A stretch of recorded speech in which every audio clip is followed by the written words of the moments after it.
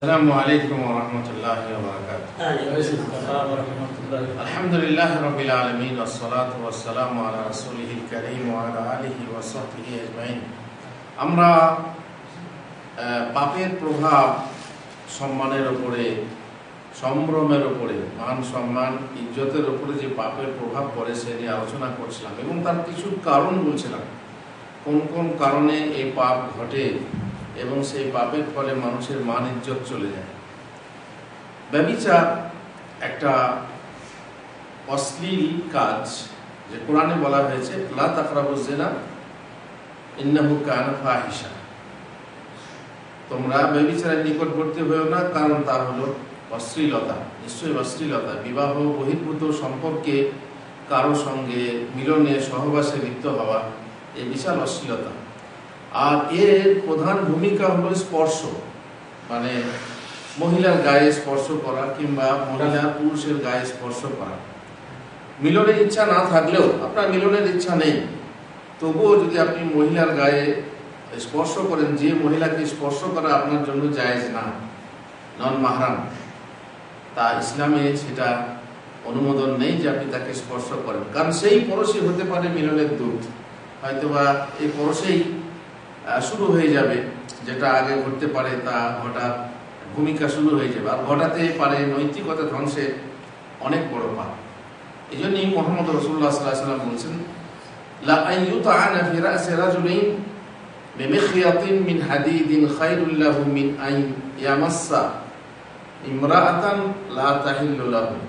তার মানে তোমাদের কোনো ব্যক্তির মাথায় লৌহ সূঁচ দ্বারা, লোহার সূঁচ দ্বারা খোঁচা যাওয়া ভালো। কি এটা আরাম লাগবে নাকি কষ্ট লাগবে? অবশ্যই কষ্ট লাগবে। লোহার সুই যদি হয় মাথায় দেন, নিশ্চয়ই এটা খারাপ লাগবে বা কষ্ট লাগবে। এটা তোমাদের ভালো, তবুও যে নারী তার তোমার জন্য বা তার জন্য অবৈধ, তাকে স্পর্শ করা ভালো নয়।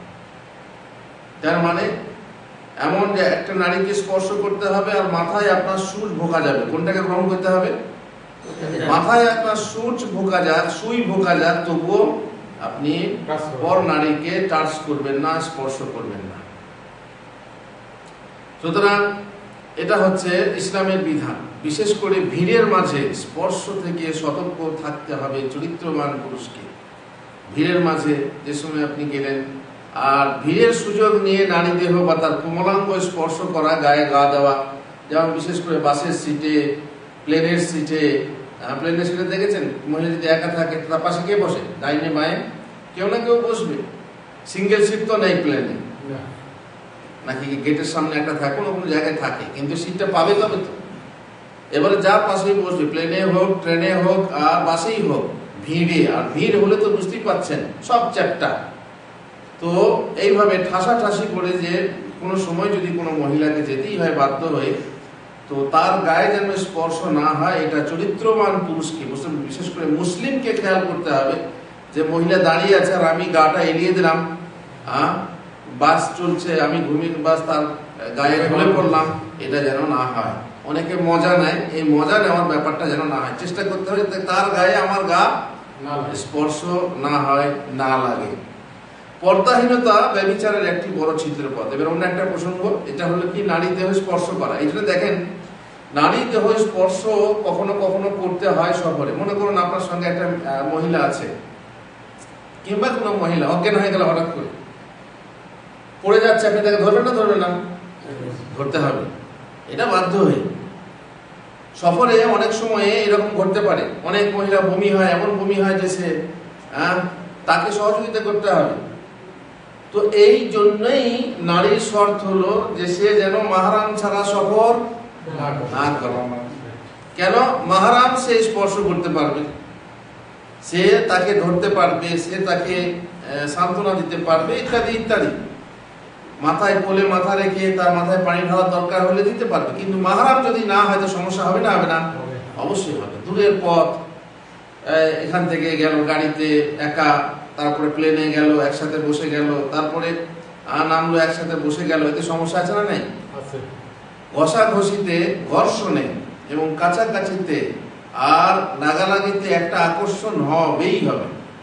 সেই আকর্ষণ নিষেধ মানে নিষিদ্ধ বটেই, আর তাতে যেহেতু বিপদ ঘটে এই জন্য শরীয়ত শর্ত বেঁধে দিয়েছে যে কোনো মহিলা যেন মাহরাম ছাড়া শর্ত সফল না করে।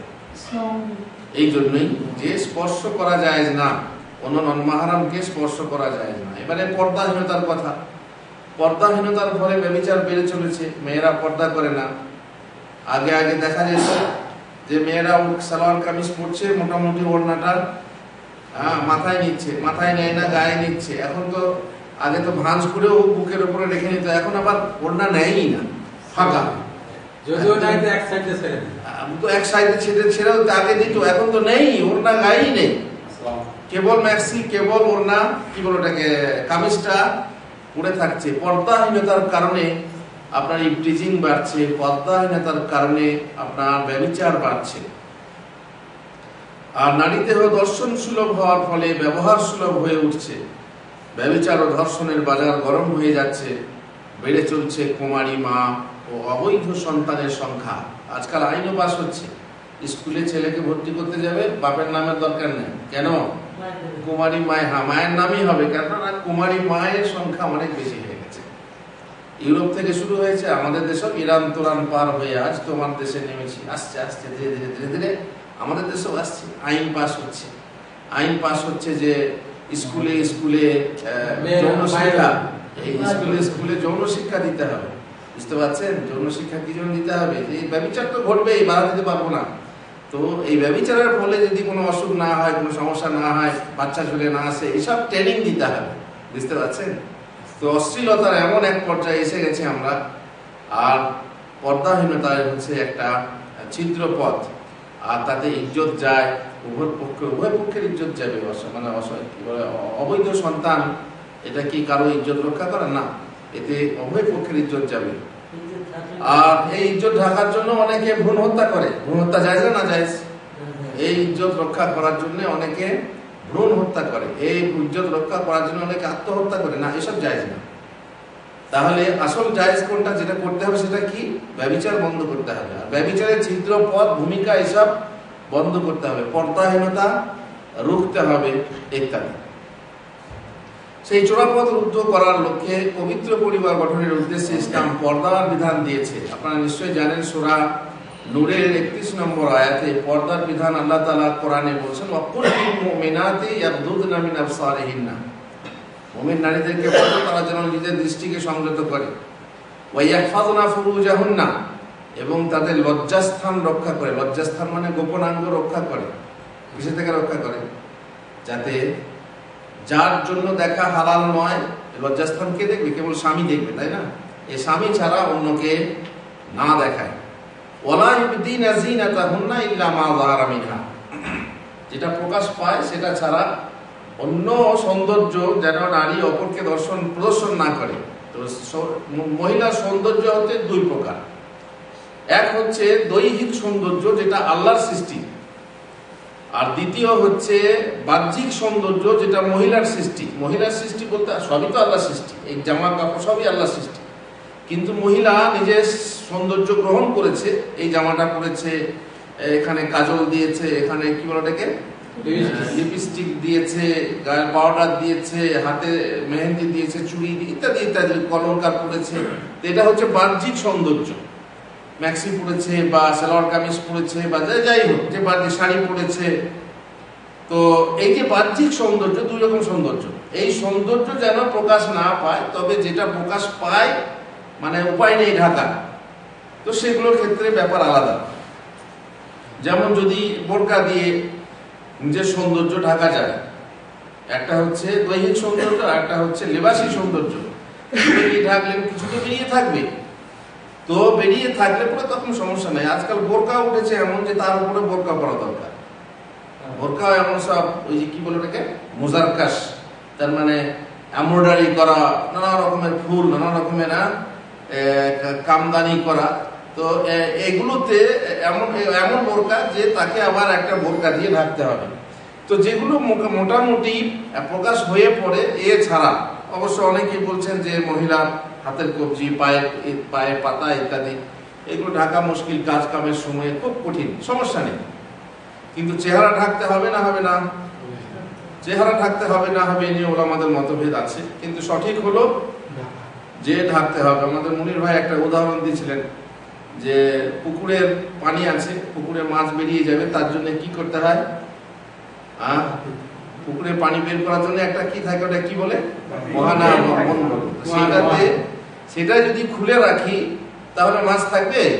বর্ষার পানিতে সব বেরিয়ে যাবে। ওটাকেও কমসে কম ঢেকে রাখতে হবে। তো মুখটা ঢাকতে হবে, আর মুখ হচ্ছে সৌন্দর্যের আসল জায়গা। যদি বলা হয় মেয়েটা সুন্দরী না অসুন্দরী, দেখো তো ভাই সুন্দরী না অসুন্দরী, পাটা দেখবে?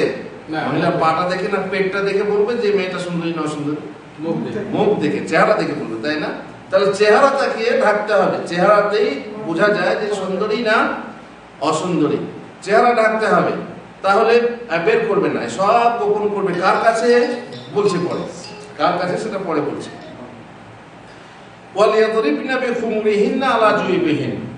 তারা যেন তাদের যে দোপাট্টা বলা হয়, কি বলে ওটাকে,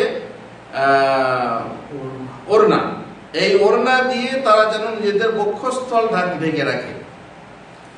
জামা পরবে, জামাতে বক্ষস্থল বেরিয়ে থাকবে। এক হচ্ছে যে জামা ছাড়া বেরিয়ে থাকবে, আর এক হচ্ছে জামার উপরে বেরিয়ে থাকবে। তো এই যে উঁচু ভাবে দেখা যায়, এটা যেন দেখা না যায়। উপরের ওড়না দিয়ে যেন দেখেন, এখানে কিন্তু আলাদা জামা পরতে বলা নেই, জামাটা পরেছে, কিন্তু জামাতে উঁচু উঁচু দেখা যায়, তার জন্য মাথার উপর থেকে ওড়না দিয়ে বক্ষস্থলকে যেন ঢেকে নেয়। ওয়ালা ইউবদিনা যিনাতাহুন্না, আর তারা যেন তাদের সৌন্দর্য প্রকাশ না করে। আর আমাদের বাংলাতে বলে নারীর সৌন্দর্য নারীর অহংকার, নারীর সৌন্দর্য নারীর অহংকার, কিন্তু নারীর সৌন্দর্য নারীর বক্ষস্থলে, এটা প্রসিদ্ধ। এই জন্য নারীর সৌন্দর্যকে গোপন করতে হবে, কিন্তু গোপন একান্ত করা যাবে না। কাকে, যাকে যার অনুমতি আছে তাকে আপনি গোপন করতে না, গোপন না করলেও চলবে। তো তার মধ্যেও বলেছিলাম যে নারীর যেমন লিবাস পোশাক, পর্দা করতে হবে না, মাথার চুল দেখাতে পারবে, হাত দেখাতে পারবে, পা দেখাতে পারবে। আর তার থেকেও যেটা আরো গভীরে, সেটা শুধু স্বামী দেখবে, তাই না? তো স্বামী দেখবে ছাড়া বাকি ভাই, বাপ, চাচা, আপন চাচা, আপন ছেলে, আপন কি বলে মামা দেখতে পারবে। খালু দেখতে পারবে নাকি? খালু, ফোপা না। সুতরাং কে কে পারবে দেখুন, বলছেন ইল্লা লিবুলাতিহিন্না, স্বামী, আর স্বামী তো সর্বাঙ্গ দেখতে পারে। আও আবাইহিন্না, বাপ দেখতে পারবে কিন্তু সর্বাঙ্গ না, তাই না? আও আবাই বুলাতিহিন্না, কিংবা স্বামীর বাপ, স্বামীর বাপ কে হয়? শ্বশুর, আপন শ্বশুর, সব শ্বশুর না, আপন শ্বশুর। আর খুব শ্বশুর, চার শ্বশুর, কি শ্বশুর, এসব না, খালি আপন শ্বশুর। আও আবনাইহিন্না, কিংবা নিজের ছেলে। আও আবনাই বুলাতিহিন্না, কিংবা স্বামীর ছেলে, স্বামীর ছেলে মানে অন্য স্ত্রীর ছেলে। আও ইখওয়ানিহিন্না, তার ভাই, মহিলাদের ভাই। আও বানি ইখওয়ানিহিন্না, কিংবা ভাইপো, ভাই বা ভাইপো। আচ্ছা, চাচাতো ভাই না, চাচাতো ভাইপো না, এদেরকে দেখানো যাবে না। আও বানি আখাওয়াতিহিন্না, কিংবা বোনপো, বোন তো মহিলা, তাকে তো সৌন্দর্য দেখাতেই পারে, কিন্তু সর্বাঙ্গ না, কিন্তু বোনপো তাই। আও নিসাইহিন্না, যদি কোনো মহিলা হয় তো মহিলার সামনে পর্দা নেই, তা বলে সর্বাঙ্গ দেখবে তা না। আও মা মালাকাত আইমানুহুন্না, আর হচ্ছে অধিকারভুক্ত দাসী, এই দাসী নয় যারা এখন বর্তমানে কাজ করছে, ড্রাইভারি করছে বাড়িতে, তারা এসে ঘর ঢুকবে আর সব দেখবে, মেয়ে মহিলা দেখবে, তা না। এটা হচ্ছে অধিকারভুক্ত দাসীর কথা। আবিত্তাবিঈনা গায়রি উলিল ইরবাতি মিনার রিজাল, এমন পুরুষ আছে যৌন কামনা রহিত। যৌন কামনা রহিত মানে তাদের যৌন মানে আকর্ষণ নেই, তাদের যৌন খোদাই নেই, যৌন ব্যাপারটাই বোঝে না। যেমন হিজড়ে, তারা এসব বোঝেই না। যদি এরকম হয়, আর কিছু হিজড়ে আছে বোঝে, বহু রকমের হিজড়ে আছে। তো যারা যৌন কামনা রহিত, যাদের যৌন কোনো উত্তেজনাই নেই, এমন পুরুষ যদি হয়, ঘরে কাজ করে, সমস্যা নেই। আবিত্তিফলিল্লাযিনা লাম ইয়াযহারু আলা আওরাতিন নিসা, এমন শিশু যে মহিলা সম্পর্কে বোঝে না, এটা কি ওটা কি। দেখবেন কোন ছেলে আছে পাকা, এই জন্য বলে ইঁচড়ে পাকা। ইঁচড়ে পাকা মানে সে এখন তো বর্তমানে তো নেটের মাধ্যমে যায়, আপনি দেখবেন ছোট ছোট স্কুলের মাদ্রাসার ছেলেরা ওই ছাদে গিয়ে দেখছে কি এমন জিনিস দেখছে যে আপনি বাবার কালে দেখেননি, বাবার কালে ছিল না, তো দেখবেন কি এখন ছেলেরা দেখছে। তো ইঁচড়ে পাকার ছেলে যদি এমন হয় যে মহিলা সম্পর্কে বুঝে, তাকেও পর্দা করতে হবে, তাকেও দেখানো যাবে না। ওয়ালা ইয়াদরিবনা বিআরজুলিহিন্না লিইউলামা মা ইউখফিনা মিন জিনাতিহিন, আর তারা যেন এমন সজোরে পদক্ষেপ না করে যাতে তাদের গোপন আবরণ প্রকাশ পেয়ে যায়। কেমন কথা, মহিলা বোরকা পরে আছে, বেপর্দা মহিলা কথা বাদ দেন, বোরকাওয়ালি মহিলা পায়ে কি পরে আছে, ওটা কি বলে, ঝুমক চমক চমক করে যায়, নুপুর পরে আছে, কিংবা বোরকার ভিতরে শাড়িতে কি আছে, খুঁটকাঠি, কিংবা বোরকার ভিতরে হাতে কি আছে, কাঁচের চুড়ি। এইভাবে করলে ঝনঝন ঝনঝন ঝনঝন, এই ঝনঝন ঝনঝন ঝনঝন করে যে মহিলা এটা কি করে জানেন, আকর্ষণ করে।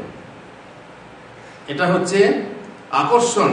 তো এই আকর্ষণ যেন মহিলা এমন ভাবে চলাফেরা না করে যাতে তার গোপন অলংকার প্রকাশ পায় শব্দের মাধ্যমে, এবং পরপুরুষের মনে কি সৃষ্টি করে, আকর্ষণ সৃষ্টি করে। এমন করা তার জন্য জায়েজ নাই। ওয়াতুবু ইলাল্লাহি জামিআ আইয়ুহাল মুমিনুন, হে মুমিনের দল, তোমরা সবাই, নারী পুরুষ সবাই আল্লাহর দিকে তওবা করো। এইসবগুলো করো না যে নিষেধ করা হচ্ছে, তার মানে পর্দার বিধান মেনে নাও, পর্দার বিধান মেনে নাও, সবাই আল্লাহর দিকে তওবা করো, লাআল্লাকুম তুফলিহুন, যদি তোমরা সফল হতে চাও। আর সম্ভবত তোমরা তওবা করলে সফল হয়ে যাবে, সফল কাম হবে, কিয়ামতে তোমরা পার পেয়ে যাবে। তো এখানে এই পর্দার বিধান দেওয়া হলো জন্য, ব্যভিচারের ছিদ্র পথ বন্ধ করার জন্য। এমনি বাড়ির ভিতরেও পর্দা করতে হবে, আপোষ পর্দা। আর আমরা ইনশাআল্লাহ আলোচনাতে বলবো যে পর্দা মানে যে যাকে দেবর বলে, দেবর, কোন মুসলমান নারীর দেবর হতে পারে? দেবর মানে কি? দ্বিতীয় বর। তো কোন মুসলমানের মেয়ে দুটো বর হতে পারে? একটাই বর হবে, তার স্বামী। কিন্তু যাদের আছে দেবর, দ্বিতীয় বর, তাদের কথা আলাদা, কিন্তু আমাদের দ্বিতীয় বর নেই, তাকে দেখা দেওয়া যাবে না। স্বামীর ছোট ভাই হোক আর বড় ভাই হোক সমান। আমাদের এমন নয় যে ভাসুর তাকে এরকম করে ঘন্টা টানবো, আর দেওয়ার হলে পরে এসো তার সঙ্গে গোষ্ঠী করবো না, এরকম বিধান না। যেমন ছোট ভাই তেমনি বড় ভাই। বাকি থাকলো নন্দাই। নন্দাই মানে ননদের স্বামী। বাড়ির ভিতরে চাচাতো ভাই, খালাতো ভাই, মামাতো ভাই, ফুফাতো ভাই, সর্বনাশ, এরা ভাই রূপে আসে, শেষকালে সর্বনাশ করে যায় বোনের। তো এদেরকেও পর্দা করতে হবে, বাড়ির ভিতরেও পর্দা করতে হবে, বিশেষ করে যেন একান্তে নির্জনে নিরালায় তাদের বাস না হয়। বাড়িতে দুই ভাই থাকে, এক ভাইয়ের বিয়ে হলো, তারপরে বড় ভাই বাজারে যায়, বড় ভাই কাজে যায়, বড় ভাই মাঠে যায়, আর ছোট ভাই বাড়িতে আছে, এসে ভাবি ভাত দাও। এবার ভাতের ঘরে ঢুকলো, ভাবি ভাত দিচ্ছে, দেওয়া বসে বসে খাবে। এটা কি হলো? নির্জনতা অবলম্বন, তাই না? নির্জনতা অবলম্বন। এখানে পর্দা নেই, পর্দা করছো না, আর তার সঙ্গে আবার কি করছো?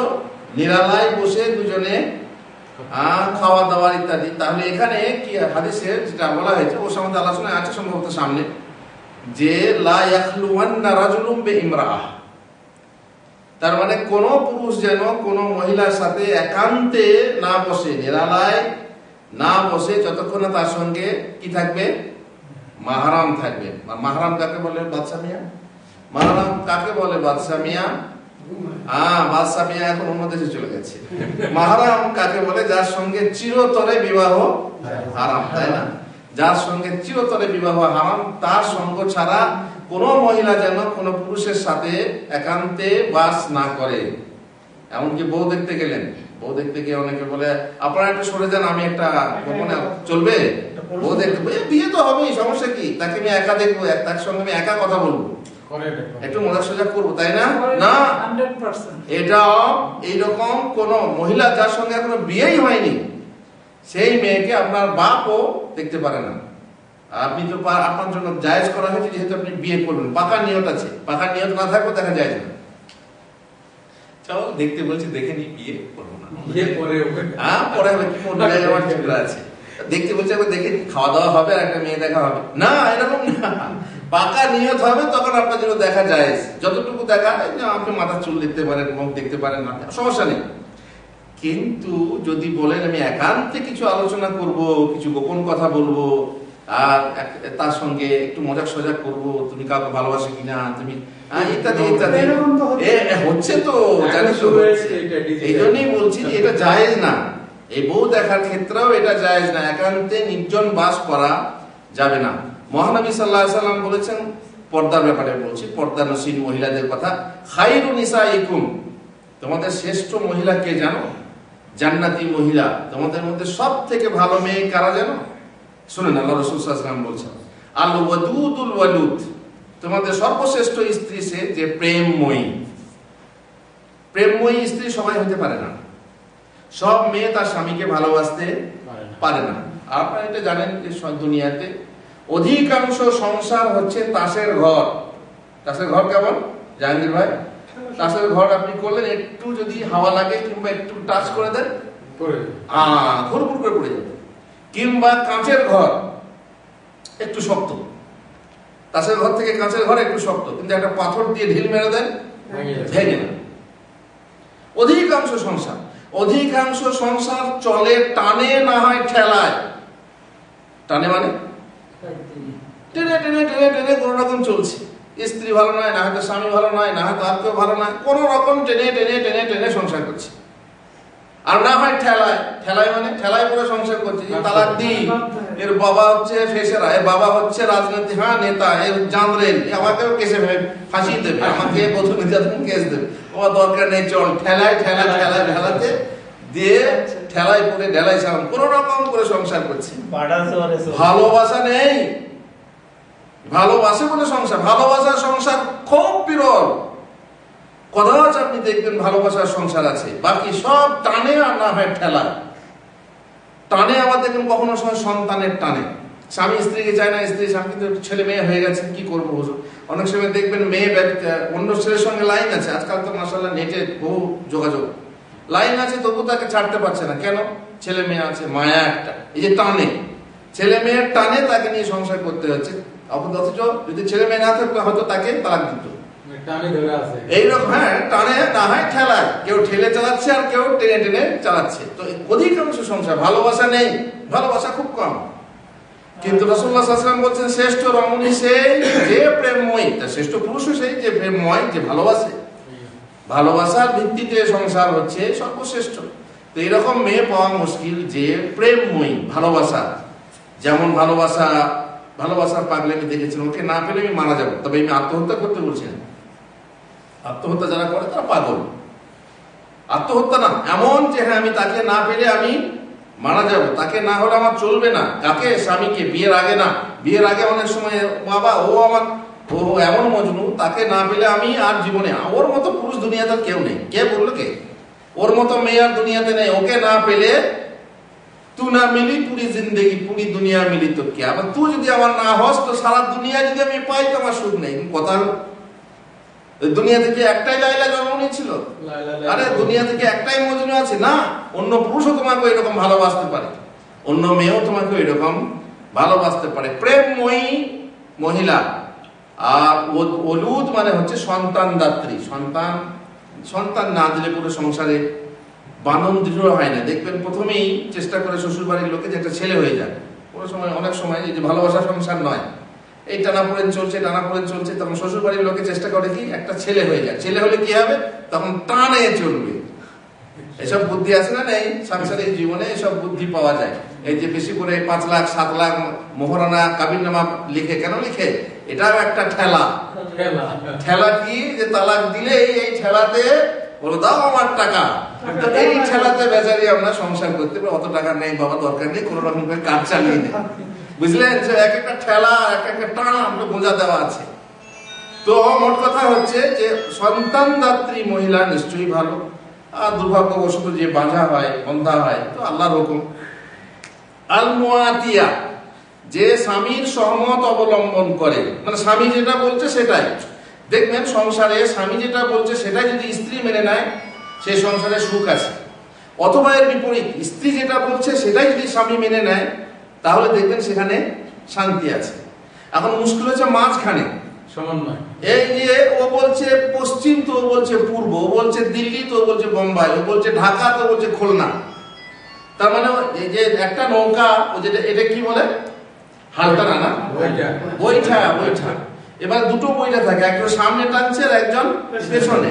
এখন স্বামী টানছে ওই দিকে আর স্ত্রী টানছে এই দিকে, তো নৌকাটা এক জায়গায় থাকবে না, চলবে? সংসার অচল হয়ে যাবে, নৌকা অচল হওয়ার মতো। সংসার অচল হয়ে যাবে, একদম দাঁড়িয়ে যাবে। এখন এমন স্ত্রী হতে হবে যে মুয়াতিয়া, স্বামী যেটা বলছে ঠিক আছে ঠিক আছে, কোথায় যাবে, ঢাকা যাবো, তখন স্ত্রী বলছে ঠিক আছে ঢাকায় চলো, অথচ তার মন হচ্ছে আমি খুলনা যাবো। এখন মেয়েরা বলবে তাহলে পুরুষরা কেন মানে না, তাহলে তো অশান্তি থাকে না। ভাই পুরুষ হচ্ছে পুরুষ, সে তোমার খরচ খরচা দিচ্ছে, সে তোমার ভরণ পোষণ দিচ্ছে, সে তোমার জায়গা দিচ্ছে, সে তোমার খরচ সবকিছু দিচ্ছে, তো তার কথাটা মানতে হবে না তোমার কথাটা মানতে হবে। অনেক মহিলা বলে যে তুমি যদি আমার কথাটা মেনে নাও তাহলে অশান্তি হয় না, তা তুমি কেন মানছো না আমার কথাটা? তুমি যদি আমার কথাটা মেনে নাও, আমি যেমন বলবো সেরকম যদি চলো তো অশান্তি থাকবে? থাকবে না। কিন্তু তুমি যদি বলো আমি আমার কথা মতো চলবো, আমি আমার মতে চলবো, আমি বলি আমার মতে চলবো, তো সে সংসার চলবে না। যেমন নৌকাটা এক জায়গায় দাঁড়িয়ে থাকবে, ও ওদিকে বৈঠা টানছে, এদিকে বৈঠা টানছে, নৌকা এক জায়গায় দাঁড়িয়ে থাকবে সেরকম। এই জন্যই হাদিসে বলা হয়েছে শ্রেষ্ঠ রমণী সে যে স্বামীর সহমত অবলম্বন করে, স্বামী যা বলে তাই। আর আল মুয়াতিয়া আল মুয়াসিয়া, আল মুয়াসিয়া মানে হচ্ছে স্বামীকে বিপদে শোকে দুঃখে সান্ত্বনা দেয়। ব্যবসায় লোকসান হয়ে গেছে, কষ্ট দুঃখ করেন না, ইনশাআল্লাহ আবার আমাদের কেউ মারা গেছে তার সান্ত্বনা দুঃখ করেন না। আপনি জানেন মহিলা, এমনও মহিলা ছিল সাহাবাদের জামানায়, এখনো থাকতে পারে, যে মহিলা নিজের মৃত সন্তানকে ঢেকে রেখে স্বামীকে সান্ত্বনা দিয়েছে। না কি বলে সান্ত্বনা দিয়েছে?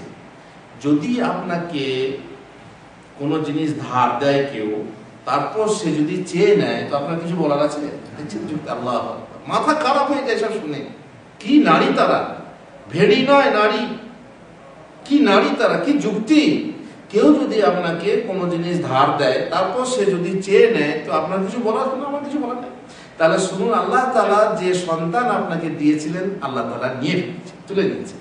আল্লাহ দেখছেন, শোকে দুঃখে সান্ত্বনা দেয় এমন স্ত্রী। শোকে দুঃখে যেমন বিপদে পড়েছি, যখন যেমন একটা বিপদ আসুক সান্ত্বনা দিতে, আপনি কষ্ট নেবেন না, আপনি দুঃখ করবেন না, আবার আমাদের ভাবে। আর বলে যে এই সর্বনাশ আমার কি হয়ে গেল, তবে কি করে হবে, পৌষ মাসে এই তো স্বামীর সুখ, পৌষ মাসে নাই ভাত, ঘরের মধ্যে দুঃখ, পৌষ মাসে ভাত নাই, খুব কথা হল, স্বামীর পেছনে লাগলো, স্ত্রী নিজের মায়ের বাড়িতে গিয়ে নানা বদনাম হয়েছে। না, তুমি নিজে ধৈর্য ধরো, স্বামীকে সান্ত্বনা দাও। রুটি আল্লাহর পক্ষ থেকে আসে, তাকে সান্ত্বনা দাও, বোঝাও। আর মুয়াসিয়া ইজাত তাকাইনাল্লাহ, তার মধ্যে আল্লাহর তাকওয়া থাকতে হবে, আল্লাহর ভয় থাকতে হবে, মানুষের ভয় না, স্বামীর ভয় না। কার ভয়? আল্লাহর ভয়। পর্দা করতে হবে কার ভয়ে? আল্লাহর ভয়ে, স্বামীর ভয় নয়, শ্বশুর বাড়ির ভয় নয়। আর তোমাদের মধ্যে শাররু নিসাইকুম, এবার শোনো, সব থেকে খারাপ মেয়েকে, খারাপ মেয়ে হলো আল মুতাবাররিজাত, যারা বেপর্দা, পর্দা করতে চায় না, বেপর্দা, হয়তো সামনে করে পেছনে করে না, হয়তো কোথাও গেলে বোরকা পরে আর ঘরের ভিতরে খোলামেলা হাসপাতাল, তাই না? দেখবেন নিজেদের পরিবেশে সবাই সঙ্গে গোটা বসা, ঘরে বাইরে থেকে আসছে, সবাই ঢুকছে, ওই বোনের কুটুম আসছে, ভাইয়ের কুটুম আসছে, এর কুটুম আসছে, সবাইকে দেখা দিচ্ছে। যখন যাবে কোথাও তখন বোরকা পরে যাচ্ছে। এমনও নাটকী ঢঙ্গি আছে অনেক, যারা পর্দা করে, এমন ঢঙ্গি মেয়ে বহু আছে। পর্দা বলতে না, বাইরে গেলে লোককে দেখাবার জন্য বোরকাটা পরে যায়, বাকি পর্দা বলতে নেই, বাড়িতে যে আসছে তাকেই দেখা দিচ্ছে। তো এই বেপর্দা মেয়ে হচ্ছে সব থেকে খারাপ মেয়ে। আর গুণ কি? ওয়াহুন্নাল মুনাফিকাত, তারাই হচ্ছে মুনাফিক মেয়ে। কে? আরেকটা মুতাখাইয়িলাত, যারা হচ্ছে অহংকারী। মহিলার মধ্যে অহংকার আছে। আপনি বললেন মহিলার সৌন্দর্য, মহিলার অহংকার, মহিলার অলংকার, মহিলার অহংকার। অলংকার পড়লে সে যেখানে যাবে অহংকার দেখাবে, নিজেই অহংকার দেখাবে। তারপরে অলংকার পরে গর্ব করবে, তারপরে অলংকার নতুন কিছু কিনলে পরে নতুন ডিজাইনটা দেখাবে। আপনাদের মনে আছে, আমি মাঝে মাঝে বলি, মেয়েরা আমাকে অনেক সময় গালাগালি করে। একজন মেয়ে সোনার নুপুর কিনেছে, পায়ে পড়েছে সোনার নুপুর, এখন বিরল। তো সে দেখাবে পরিবেশে যে নুপুরটা বিরল, আমি দেখাবো। এবার শাড়ি পরে আছে, শাড়িতে ঢেকে আছে পাটা, নুপুরটা ঢেকে আছে। তো মাটিতে যখন চলছে বলছে তোমাদের এটা আঙিনাটা খুব নোংরা, শাড়িটা একটু তুলে চলছে, অথচ শাড়ি তোলার কোনো প্রয়োজন নেই, কাদা নেই, চোর কাটা নেই, কিছু নেই, শাড়িটা তুলছে। তোলার উদ্দেশ্যটা কি জানেন? আমার পায়ে নুপুরটা আছে, তোমরা দেখো। আর একটা মনে আছে, ওই যে একসঙ্গে ভাত খাচ্ছিল, দিয়ে একটা মেয়ে তার হীরের আংটি পড়েছে, সে হীরের আংটি পড়েছে, সে পরিবেশন করছে। এবারে হীরের আংটি পরা হাতে চামচ ধরে গোস্ত, ঝাঁগো গোস্ত নেবে আর গোস্ত নেবে, বুঝতে পেরেছে যে আমাকে আংটিটা দেখাচ্ছে, বেশ ঝলক মারছে, ঝিলিক মারছে। ও তখন ভাবছে, তো আংটি দেখাচ্ছে, দাঁড়াও। তখন শাড়িটা এইভাবে তুলে, এখানে কি আছে বাউটি নাকি বলে, এটা একটা নতুন ডিজাইন, হ্যাঁ বাউটি, এই শাড়িটাকে তুলে বলছে আর নেবো না, আর নেবো না। এটা কি? এগুলো হচ্ছে আপোষের গর্ব, আপোষের অহংকার। মহিলারা দেখবেন লেবাস নতুন ডিজাইন, হ্যাঁ সেখানে গিয়ে মহিলা মহলে ব্যাস ওই আপোষের অহংকার, আপোষের গর্ব। অনেক সময় অনেক মেয়ে কষ্ট পায়, তার বোন হয়তো গরিব ঘরে বিয়ে হয়েছে, বোনের বাড়ি যাচ্ছে, সমস্ত অলংকার সমস্ত রকমের ড্রেস নিয়ে পড়ে, আর বোনটার মনে কষ্ট হবে না? হবে না, সেটা বোঝে না, ওসব বোঝে না। বরাঙ্গিল বরাঙ্গি তো ঘর করছে, পুড়ছে পুরুক, আমার বরাঙ্গ করে নেই, তার মানে ওর নিজের যে এটা সেটা মিটছে, এই জন্য অন্য খেয়াল কিছুই করে না। বলছে মুনাফিক মেয়ে, এরা হচ্ছে মুনাফিক মেয়ে, যারা বেপর্দা এবং অহংকারী। অহংকার, নিজের রূপের অহংকার, রং সাদা তাই অহংকার, চেহারা ভালো আছে তাই অহংকার, অলংকার আছে তাই অহংকার। এই অহংকার আল্লাহ পছন্দ করেন না। ইন্নাল্লাহা লা ইউহিব্বু মান কানা মুখতারান ফাকুর, আল্লাহ তাআলা কোনো অহংকারীকে পছন্দ করেন না। ওয়ালা তামশি ফিল আরদি মারাহা, তোমরা জমিনের বুকে অহংকারের সাথে, দম্ভের সাথে চলাফেরা করবে, আল্লাহ পছন্দ করেন না। তো যাই হোক, এমন মেয়ে ভালো মেয়ে নয়, তারা হচ্ছে কপট মেয়ে, কপট নারী আর মুনাফিক। লা ইয়াদখুলুল জান্নাতা মিনহুন্না ইল্লা মিসলুল গুরাবিল আ'সাম, তাদের মধ্যে লাল রঙের ঠোঁট ও পা বিশিষ্ট কাকের মতো বিরল সংখ্যক বেহেশতে যাবে। এই মেয়েদের মধ্যে বেহেশতে যাবে? বেহেশতে যাবে না তা বলেন না। আল্লাহ রাসূল সাল্লাল্লাহু আলাইহি ওয়াসাল্লাম বলছেন, যেমন কাক দেখেছো তোমরা, ঝাঁকে ঝাঁকে কাক দেখেছো, এমন কাক কি দেখেছো যার ঠোঁটটা লাল এবং পাটা লাল? পায়রার মধ্যে দেখেছো?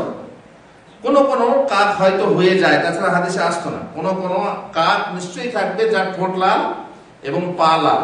তো যেমন বিরল কাকের দলের মধ্যে দেখা যায় না, তেমনি এই মেয়েগুলোর মধ্যে যে বেপর্দা হয়ে জান্নাতে যাবে এত বিরল হবে, এর সংখ্যা কম হবে। মোট কথা, এরা জান্নাতে গেলেও সংখ্যায় খুব কম জান্নাতে যাবে, যেহেতু তারা ছিল বেপর্দা এবং তারা ছিল অহংকারী। রাসূলুল্লাহ সাল্লাল্লাহু আলাইহি ওয়াসাল্লাম বলছেন, আল মারআতু আওরা ফাইদা খারাজাত ইস্তাশরাফাহা শাইতান, মেয়েরা হচ্ছে গোপনীয় জিনিস, মেয়েদের সবটাই হচ্ছে গোপনাঙ্গ। যখন সে বের হয়, শয়তান তাকে পুরুষের দৃষ্টিতে সুশোভন করে তোলে। যখনই বাড়িতে গেল, বাইরে গেল, তখনই তাকে, অবশ্য অনেক মহিলা আছে যে পুরুষরা আমাকে দেখুক তার জন্য সৌন্দর্য অবলম্বন করে যায়, সেন্ট মেখে যায়, কিন্তু যদি তার ইচ্ছাও না থাকে, শয়তান তাকে পরপুরুষের চোখে শোভনীয় করে দেখায়। ফলে ইপটিজিং হয়, ফলে আকর্ষণ হয়, ফলে দেখা দেখি হয়, ফলে চোখাচোখি হয়, ফলে হাসাহাসি হয়, ফলে তারপরে যা হয় হয়। সুতরাং মহিলারা হচ্ছে গোপন অঙ্গ, মহিলা হলো গোপনীয় জিনিস। বাইরে বের হলে শয়তান তার দিকে গভীর দৃষ্টিতে নির্নিমেষ তাকিয়ে দেখতে থাকে। শয়তান বলতে শয়তান, মানবরূপী শয়তান, এরা তাকিয়ে দেখতে থাকে এবং জিন শয়তানও দেখতে থাকে। একা বাইরে যেতে নিষেধ করা হয়েছে মহিলাকে। বিপদের ভয়ে তাদের নিরাপত্তার জন্য সঙ্গে স্বামী অথবা কোনো এগানা বা মাহরাম পুরুষ সঙ্গী থাকার শর্তারোপ করা হয়েছে। তাই ইপটিজিং সহ আরো অন্যান্য অঘটনের হাত থেকে মহিলা নিষ্কৃতি পেতে পারে। ইপটিজিং করছে, একা মহিলা গেলে পরে দেখেছেন, বেল পাকলে কাকের কি রে, তারপর আরো কত রকম। সঙ্গে যদি তার ভাইও যায় তো বলবে কি, কাকের ঠোঁটে আঙ্গুর, ওটার ভাই রে।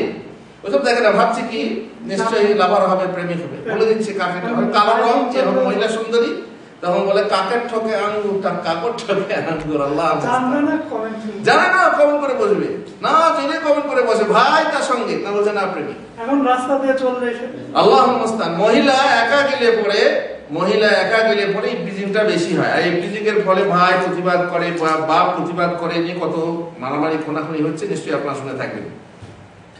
বিশেষ করে মহিলার একাকিনী সফর করা নিষিদ্ধ। পুরুষের ক্ষেত্রে একা সফরের নিন্দা করা হয়েছে। পুরুষ যদি সফরে যায় তো একা করা ঠিক না। কজন সফরে হতে হবে? কমসে কম 2 জন, না 3 জন। রাসূলুল্লাহ সাল্লাল্লাহু আলাইহি ওয়াসাল্লাম বলেছেন, আর রাকিবু শয়তান, যে একা সফর করে যায়, সবার হয়ে একা সফর করে, সে শয়তান। আর রাকিবানে শয়তানান, 2 জন হলে পরে 2টো শয়তান। ওয়াস সালাসাতু রাকবা, 3 জন হলে হচ্ছে সফর। দেখছেন, সফরে জামাতবদ্ধভাবে যাওয়া ভালো, বিশেষ করে সফরে যেটা সবার হয়ে গাড়িতে যেতে হয়, উঠে যেতে হয় ইত্যাদি। তাহলে মহিলা যদি একা যায়, যার সঙ্গী কেউ নেই অথবা মাহরাম নেই, তার অবস্থা একা কি অবস্থা হতে পারে? মহিলাকে বিশেষভাবে নির্দেশ দেওয়া হয়েছে সেজন্য একাকিনী সফর না করে, কোনো সফরই না ইবাদতের সফর আর না হাট বাজারের সফর। রাসূলুল্লাহ সাল্লাল্লাহু আলাইহি ওয়াসাল্লাম বলেছেন, লা ইয়াহিল্লু লিমরাতিন তুমিনু বিল্লাহি ওয়াল ইয়াউমিল আখির তুসাফিরু মাসিরাতা ইয়াউমিন ওয়া লাইলা ইল্লা মা যি মাহরামিন আলাইহা। কোন মহিলার জন্য যে আল্লাহ এবং পরকালে বিশ্বাস করে, তার জন্য জায়েজ নয় যে সে 1 রাত 1 দিনের সফর করবে মাহরাম ছাড়া অথবা স্বামী ছাড়া। লা ইয়াখলুওয়ান্না রাজুলুন বিইমরাআতিন ইল্লা ওয়া মা'আহা যু মাহরাম, কোন পুরুষ যেন কোন মহিলার সাথে একান্তে বাস না করে মাহরাম ছাড়া। ওয়ালা তুসাফিরুল মারআতু ইল্লা মা যি মাহরাম, আর কোন মহিলা যেন একা সফর না করে, মাহরাম ছাড়া অন্য গায়ের মাহরামের সাথে সফর না করে। এক ব্যক্তি বলল, ইয়া রাসূলুল্লাহ, আমার স্ত্রী হজ পালন করতে বের হয়েছে, হজ পালন করছে, আর আমি অমুক অমুক যুদ্ধে নাম লিখেছি, ও হজে যাবে আর আমি যুদ্ধে যাব, ও হাজি আর আমি গাজী। বুঝতে পারছেন?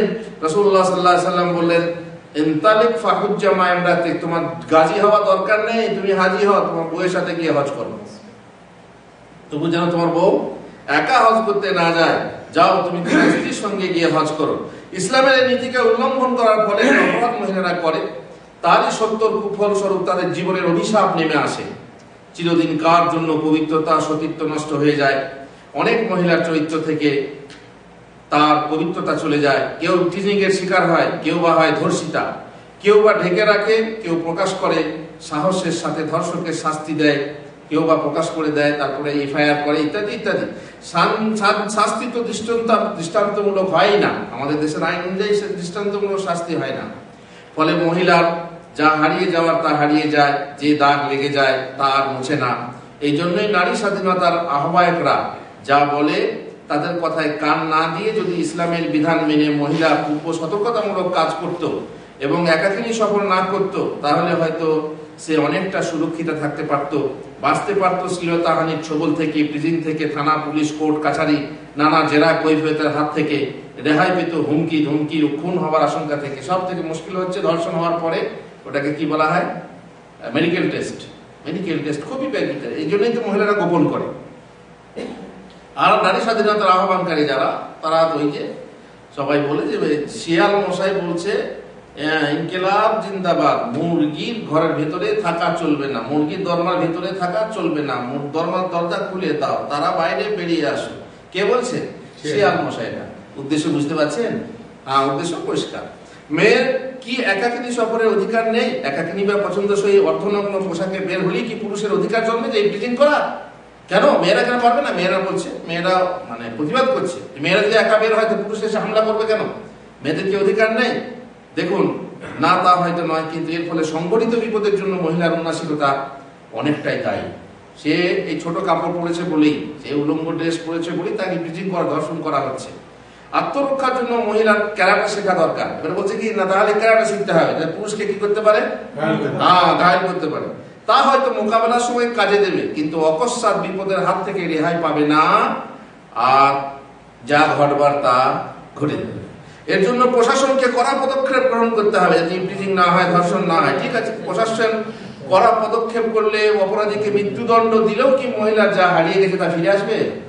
না। মনে করুন ধর্ষণ করলো, পরে তার মৃত্যুদণ্ড হলো, তো মহিলার যা হারিয়ে গেছে ফিরে আসবে? তার থেকে যাতে না হারাতো সেই চেষ্টা করা উচিত ছিল।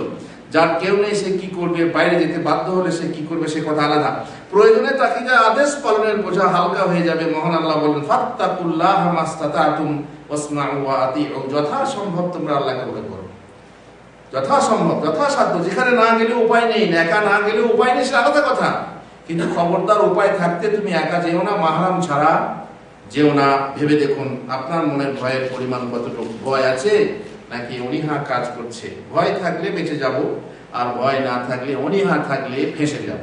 আল্লাহ আমাদেরকে তৌফিক দেন যেন আমরা বেঁচে যাই, আমরা ফেঁসে না যাই। আল্লাহ আমাদেরকে সফল করুন দুনিয়া ও আখিরাতে। রব্বানা আতিনা ফিদ দুনিয়া হাসানা ওয়া ফিল আখিরাতি হাসানা ওয়া কিনা আযাবান্নার। রব্বানা হাব লানা মিন আজওয়াজিনা ওয়া যুররিয়্যাতিনা কুররাতা আ'ইউন ওয়াজ'আলনা লিল মুত্তাকিনা ইমামা। ওয়া সাল্লাল্লাহু আলা নাবিয়িনা মুহাম্মদ ওয়া আলা আলিহি ওয়া সাহবিহি আজমাইন।